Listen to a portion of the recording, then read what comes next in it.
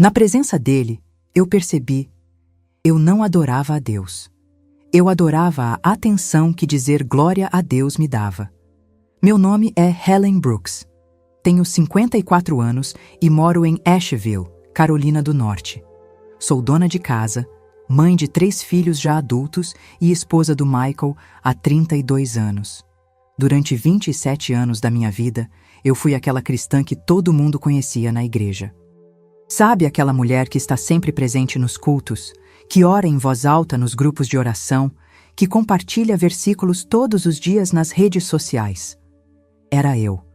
As irmãs da congregação me chamavam de exemplo. Diziam que meu lar era um testemunho vivo do Evangelho. Minha casa sempre cheirava a bolo recém-saído do forno, minha sala tinha almofadas bordadas com versículos bíblicos e meu perfil nas redes era uma vitrine perfeita da família cristã ideal. Eu amava isso. Amava quando alguém comentava embaixo das minhas fotos dizendo que eu inspirava. Amava quando me pediam conselhos sobre como criar filhos no caminho do Senhor. Amava ser admirada. Mas eu não sabia que estava sendo observada por outros olhos. Olhos que enxergavam além das curtidas e dos homens digitais. Olhos que viam o que acontecia dentro da minha casa quando as câmeras do celular se apagavam.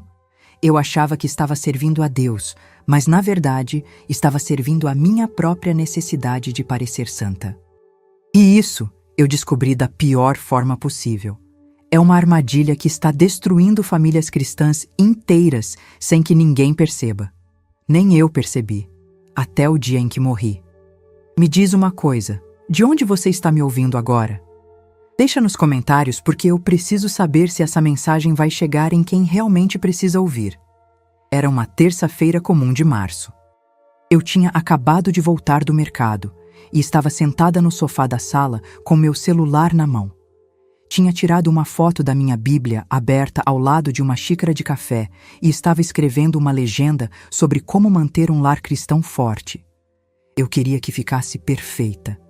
Queria que as pessoas lessem e pensassem: essa mulher realmente conhece a Deus. Estava digitando algo sobre a importância da oração em família quando senti uma dor estranha no peito. Não era forte.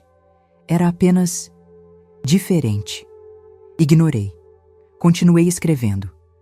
Mas aí veio uma segunda dor, mais aguda, e de repente eu não conseguia respirar direito.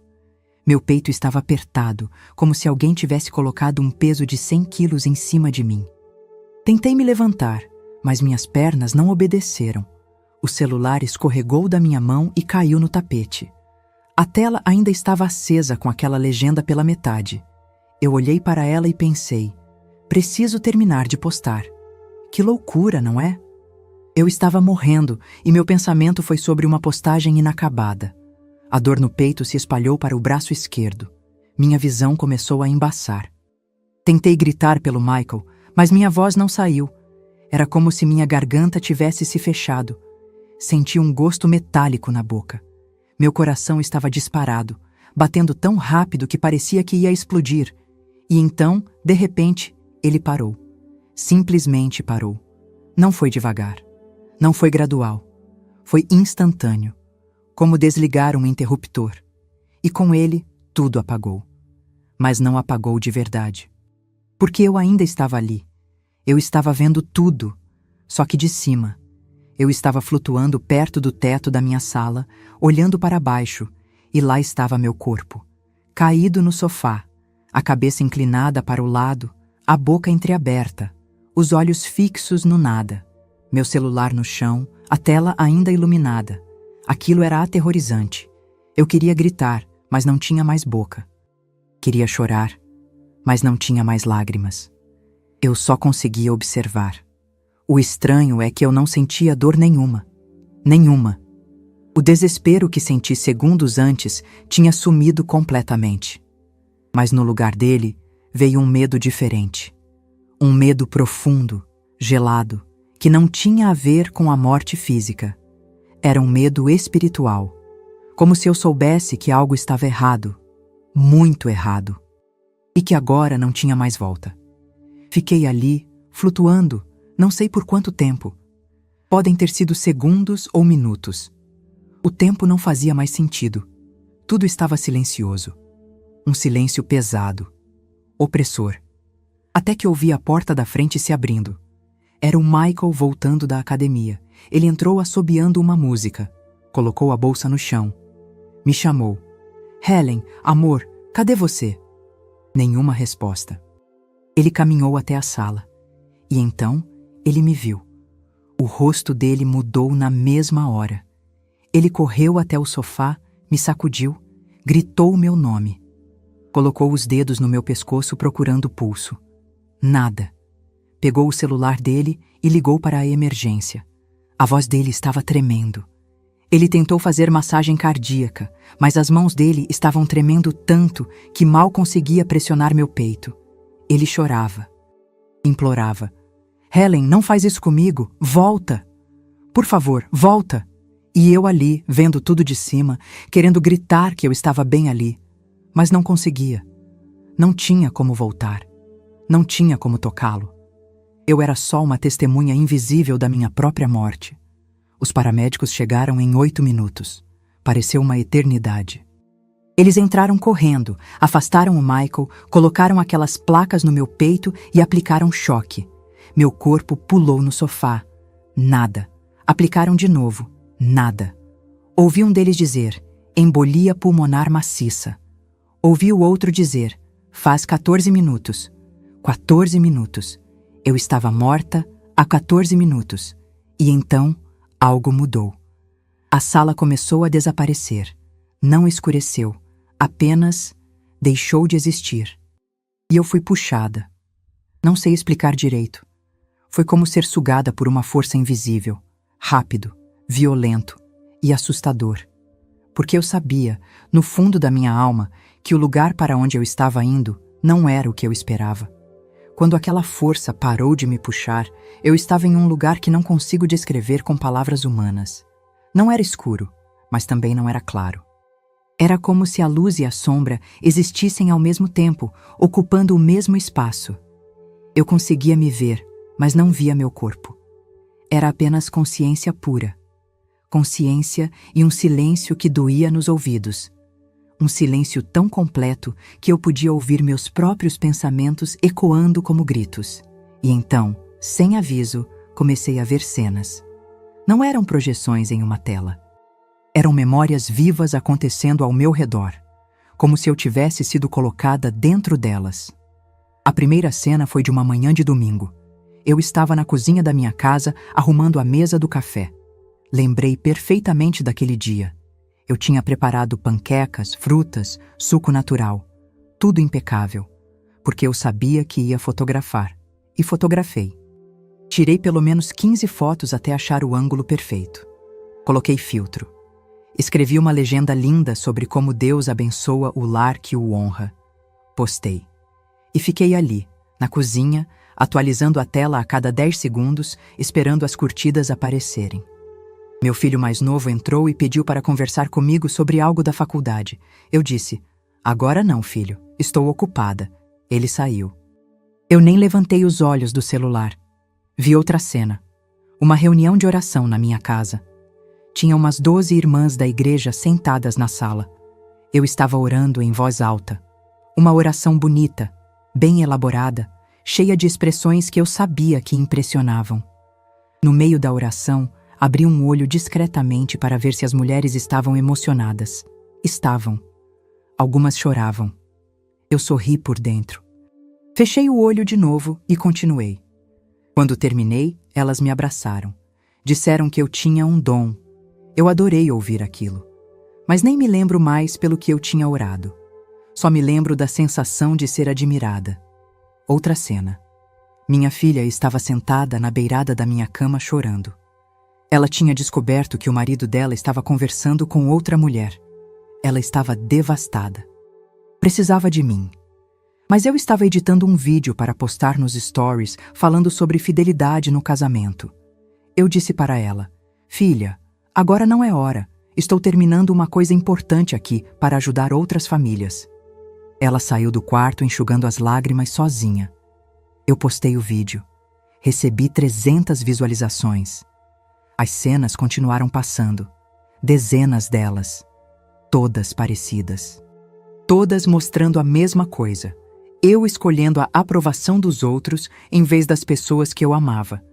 Eu escolhendo a imagem em vez da presença. Eu escolhendo parecer santa em vez de ser santa. E cada cena que passava era como uma facada. Não doía no corpo, doía na alma. Uma dor que não tem nome. A dor de ver quem você realmente era quando achava que era outra pessoa. E então, no meio daquele tormento silencioso, eu senti uma presença. Não ouvi passos, não ouvi voz, mas eu sabia que alguém estava ali, alguém que sempre esteve ali. Eu só nunca tinha prestado atenção de verdade. Virei para o lado, se é que aquilo era virar, porque eu não tinha corpo, e então eu vi. Era ele. Eu soube na mesma hora. Não porque ele tivesse uma placa no peito ou uma auréola brilhante. Era algo que vinha de dentro dele. Uma autoridade que não precisa de apresentação. Um amor tão intenso que eu não conseguia sustentar. Jesus estava ali, parado, olhando para mim. E o olhar dele não era de raiva. Não era de julgamento duro. Era pior. Era um olhar de tristeza profunda. Como se ele tivesse perdido algo precioso.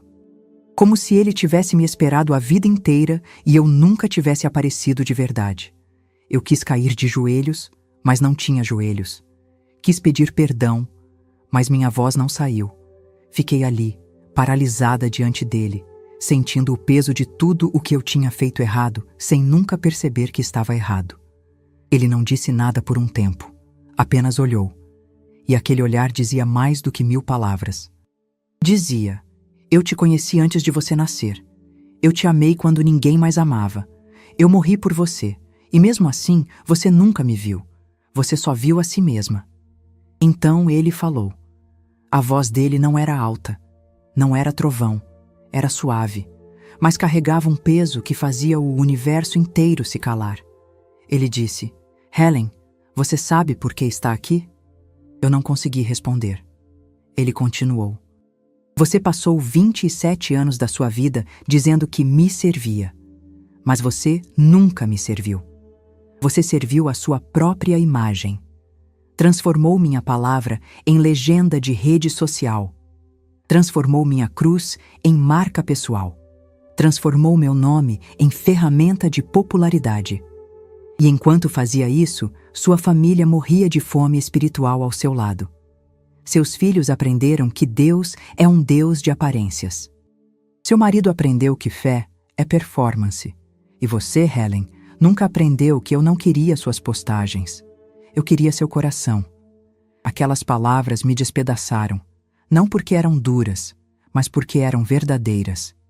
Cada sílaba era uma verdade que eu tinha evitado olhar a vida inteira. Lágrimas que eu não sabia que ainda podia chorar começaram a cair. Eu implorei: Senhor, me perdoa, eu não sabia. Eu achei que estava fazendo certo. E ele, com aquele olhar que misturava amor e dor, disse algo que mudou tudo. Helen, você quer saber qual é a armadilha que está destruindo as famílias cristãs hoje? Você quer saber por que tantos lares parecem santos por fora, mas estão vazios por dentro? Eu vou te mostrar. E você vai voltar para contar. Jesus estendeu a mão, e mesmo sem tocá-la fisicamente, eu senti como se ele tivesse aberto meu peito e colocado a mão direto no meu coração. Não doeu. Mas a sensação era de estar completamente exposta. Nua, sem máscaras, sem filtros, sem legendas bonitas. Apenas eu, a verdadeira eu, aquela que ninguém via nas redes sociais. E então ele começou a falar, e cada palavra era como se tivesse sido escrita especificamente para mim. Mas ao mesmo tempo, eu sabia que era para milhões de outras pessoas também. Ele disse: vocês transformaram o testemunho em vitrine. Mostram fé para provar valor, não para gerar amor. E quando a fé vira competição, o lar se torna palco, não altar. Eu ouvi aquilo e algo dentro de mim se quebrou. Porque era exatamente isso. Minha casa era um palco. Eu era a atriz principal. E Deus era apenas o tema do meu roteiro. Ele continuou: Helen, você postava versículos, mas não os vivia. Você orava em público, mas não em secreto. Você aconselhava estranhos, mas ignorava sua própria família. Você construiu uma reputação de mulher de Deus, mas nunca construiu intimidade comigo. E sabe o que acontece quando alguém faz isso? A família inteira aprende a mentira. Eles aprendem que fé é sobre ser visto, não sobre ser transformado. Seus filhos cresceram achando que agradar a Deus é ter mais curtidas. Seu marido aprendeu que oração é discurso, e sua casa, que deveria ser refúgio, virou estúdio de gravação. Aquelas palavras entraram em mim como lâminas afiadas, mas ao mesmo tempo como bálsamo. Doía, mas ao mesmo tempo eu sentia que finalmente alguém estava dizendo a verdade que eu precisava ouvir. Eu perguntei, ainda chorando: Senhor, mas eu realmente acreditava.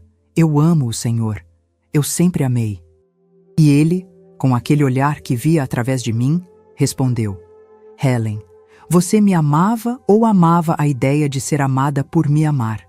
Você me buscava ou buscava aplausos por me buscar?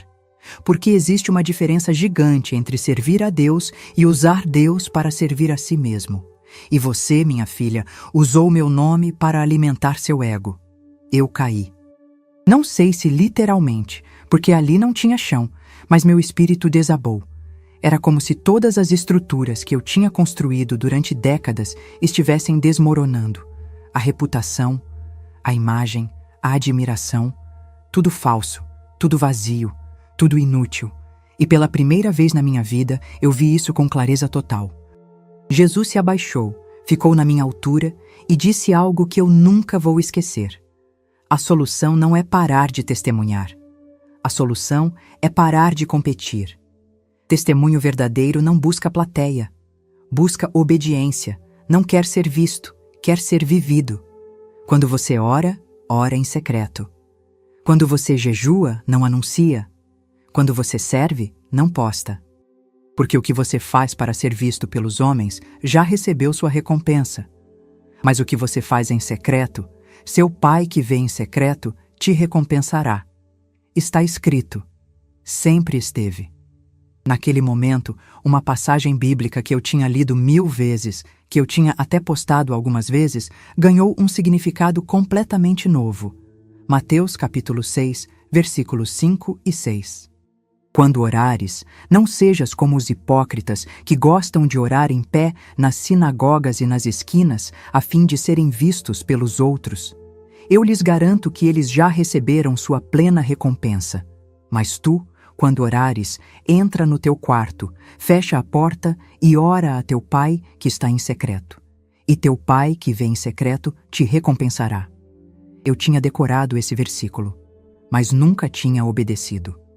Eu era exatamente a hipócrita que Jesus descreveu, orando para ser vista, servindo para ser aplaudida, testemunhando para ser admirada.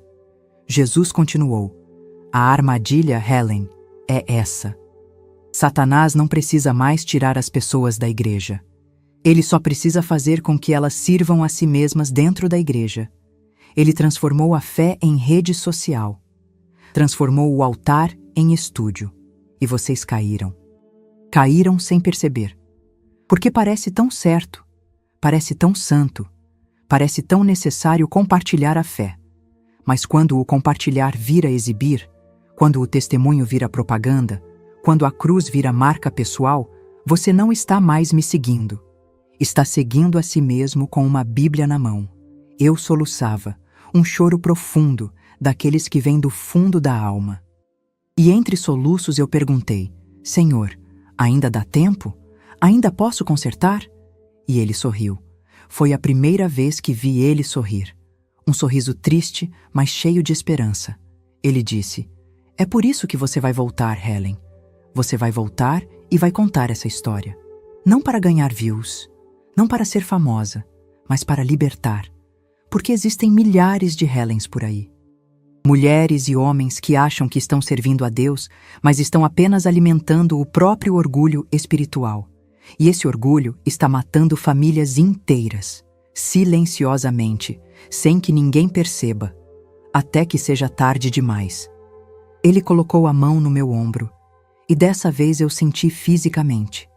Era quente. Era real. Era amor puro. E ele disse: quando você voltar, não volte para impressionar. Volte para confessar. Confesse que você errou.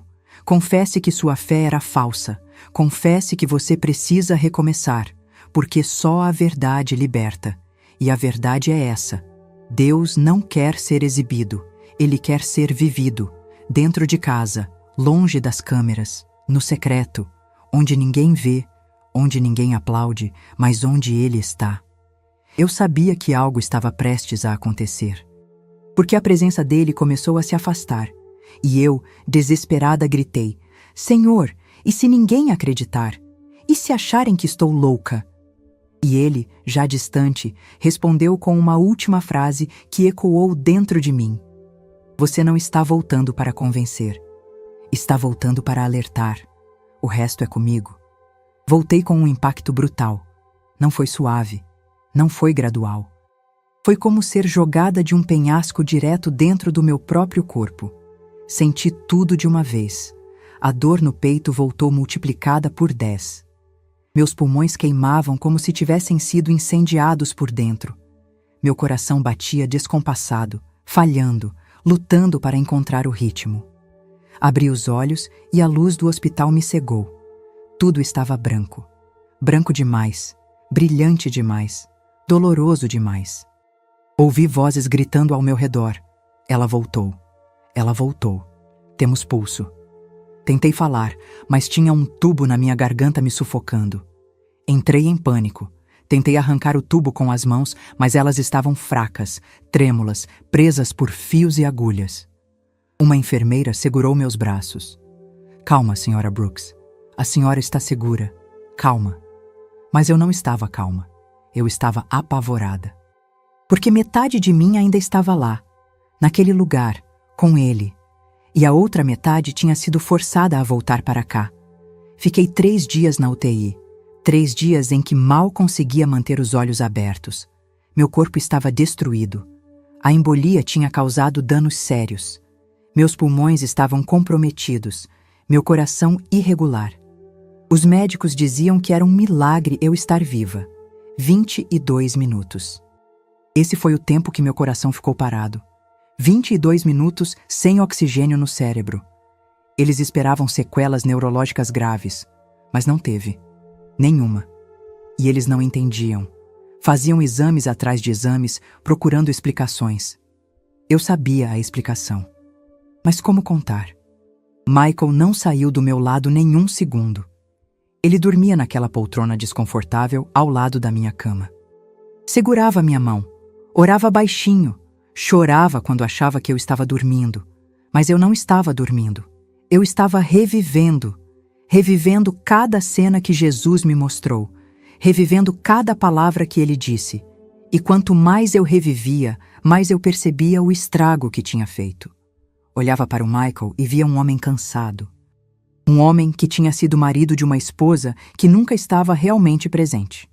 Eu estava sempre ocupada, sendo admirada por estranhos enquanto ele ficava sozinho ao meu lado. Meus filhos vieram me visitar. Os 3. Entraram no quarto com aquele olhar assustado de quem quase perdeu a mãe. Me abraçaram. Choraram. Disseram que me amavam. E eu, deitada naquela cama, olhando para eles, só conseguia pensar em quantas vezes eu os ignorei. Quantas vezes escolhi o celular em vez deles. Quantas vezes preguei sobre família nas redes sociais, enquanto minha própria família implorava por atenção. A culpa era física, pesada, sufocante, pior que a dor no peito. Quando finalmente consegui falar direito, a primeira coisa que tentei fazer foi contar o que tinha acontecido. Comecei com Michael. Ele estava sentado ao meu lado, ajeitando o meu travesseiro. Eu segurei a mão dele e disse: Amor, eu preciso te contar uma coisa. Eu morri, de verdade, e eu vi Jesus. Ele parou o que estava fazendo e olhou para mim com aquele olhar de quem não sabe se a esposa está delirando ou falando sério. Amor, você teve uma parada cardíaca.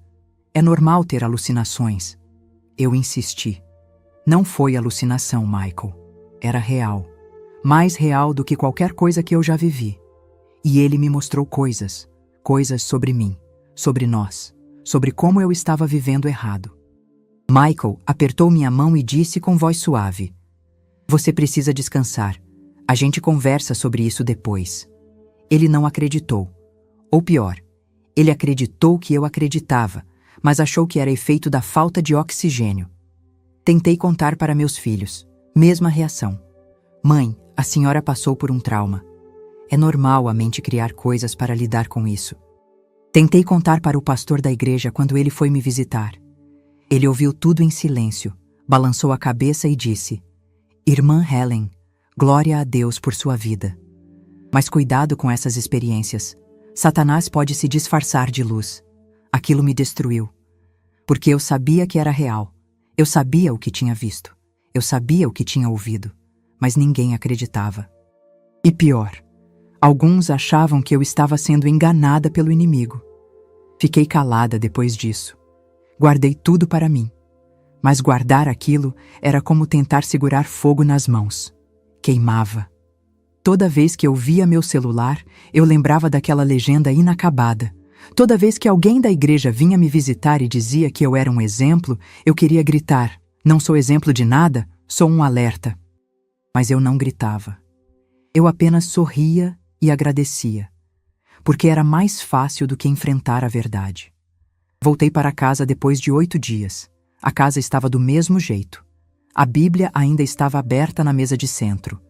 Meu celular ainda estava no chão da sala onde tinha caído. Michael tinha recarregado a bateria. A tela de postagem ainda estava lá. A legenda pela metade. Como manter um lar cristão forte. Eu olhei para aquelas palavras e comecei a chorar. Porque eu não sabia. Eu nunca soube. Eu só fingia saber. Levei 3 semanas para ter coragem de abrir aquele aplicativo de novo. 3 semanas olhando para o celular como se ele fosse uma bomba prestes a explodir. Quando finalmente abri, tinha 247 mensagens não lidas. Pessoas preocupadas. Pessoas perguntando o que tinha acontecido. Pessoas dizendo que estavam orando. E algumas perguntando quando eu ia voltar a postar conteúdo inspirador. Aquilo me deixou enjoada. Porque eu percebi que elas não se importavam comigo. Elas se importavam com o conteúdo, com a Helen que eu vendia, não com a Helen que eu era. Deletei o aplicativo. Não fiz textão de despedida. Não anunciei. Apenas deletei. E nos primeiros dias, senti falta. Senti aquela coceira de pegar o celular, abrir a câmera, tirar foto de algo bonito e compartilhar. O vício era real. Mas toda vez que sentia vontade, eu lembrava do olhar de Jesus. Aquele olhar triste. Aquele olhar que dizia: "Você me trocou por curtidas." E a vontade passava. Comecei a viver diferente. Devagar. Com medo. Porque eu não sabia como ser cristã sem plateia. Comecei a orar no meu quarto, sozinha. Sem gravar. Sem postar. Apenas eu e Deus. E sabe o que aconteceu? Nos primeiros dias, não senti nada. Parecia vazio, sem graça, porque não tinha ninguém me vendo, não tinha ninguém me elogiando. Era só eu e ele. E isso me assustou, porque revelou o quanto minha fé dependia de aprovação externa. Mas continuei. Dia após dia, orando em secreto, lendo a Bíblia sem tirar foto, servindo minha família sem anunciar. E algo começou a mudar. Não foi rápido, não foi mágico, foi lento, doloroso, como arrancar uma raiz profunda. Mas aos poucos, pela primeira vez em décadas, eu comecei a sentir Deus de verdade. Não a emoção de ser vista orando, mas a presença real dele, quieta, suave, constante. Comecei a conversar com meus filhos, de verdade, sem pressa, sem pensar em conteúdo, apenas mãe e filhos. Minha filha, aquela que tinha vindo chorar no meu quarto e eu ignorei, voltou. E dessa vez, larguei tudo. Sentei com ela. Ouvi. Chorei junto. Orei com ela. Sem gravar, sem testemunhar depois. Apenas vivi o momento. E sabe o que ela me disse? "Mãe, eu senti Deus aqui hoje." Pela primeira vez, eu senti que a senhora realmente estava comigo. Michael percebeu a mudança. Ele não disse nada nas primeiras semanas. Apenas observava. Mas um dia, enquanto estávamos jantando juntos, sem celular na mesa, ele segurou minha mão e disse: "Eu não sei o que aconteceu com você lá, mas eu gosto dessa Helen. Eu senti sua esposa de verdade de novo." Chorei tanto naquele jantar que nem consegui terminar de comer. A mensagem que Jesus me deu não era só para mim, era para todos nós, para toda essa geração de cristãos que transformou fé em produto, que transformou testemunho em marketing, que transformou a cruz em hashtag. A solução não é complicada, mas é dolorosa, porque exige que você morra. Morra para a necessidade de ser visto. Morra para a necessidade de ser admirado. Morra para a necessidade de provar que você é santo. E isso dói. Dói mais do que qualquer dor física, porque o ego não quer morrer, ele quer aplausos. Mas tem uma passagem que mudou tudo para mim. Primeiro livro de Coríntios, capítulo 13, versículo 1. Ainda que eu fale as línguas dos homens e dos anjos, se não tiver amor, sou como o bronze que soa ou como o símbolo que retine. Eu era isso. Bronze que soa, barulho sem substância, fé sem amor, testemunho sem verdade. E Deus não quer barulho. Ele quer amor. Amor verdadeiro. Aquele que ninguém vê, aquele que não gera curtida, aquele que acontece dentro de casa, longe das câmeras, no secreto. Hoje, se eu posto algo, é para confessar, não para competir. É para alertar, não para impressionar. Porque eu morri, de verdade, e voltei com uma missão. A missão de dizer para você que está me ouvindo agora: cuidado, cuidado com a armadilha. Cuidado com o orgulho disfarçado de testemunho. Cuidado com a vaidade vestida de fé. Porque Deus vê. Ele vê tudo. E um dia, você vai estar diante dele. E naquele dia, as curtidas não vão importar. Os seguidores não vão importar. O que vai importar é uma pergunta: você me amou de verdade ou apenas amou ser amado por dizer que me amava? Eu quase perdi a resposta certa para sempre. Mas Deus, na misericórdia dele, me deu uma segunda chance. E estou usando essa chance para te alertar. Volte para casa. Desligue o celular. Abrace sua família. Ore em secreto. Sirva sem anunciar. Ame sem plateia. Porque é ali, no escondido, que Deus está. E é ali que sua família precisa de você. Não da sua imagem, de você.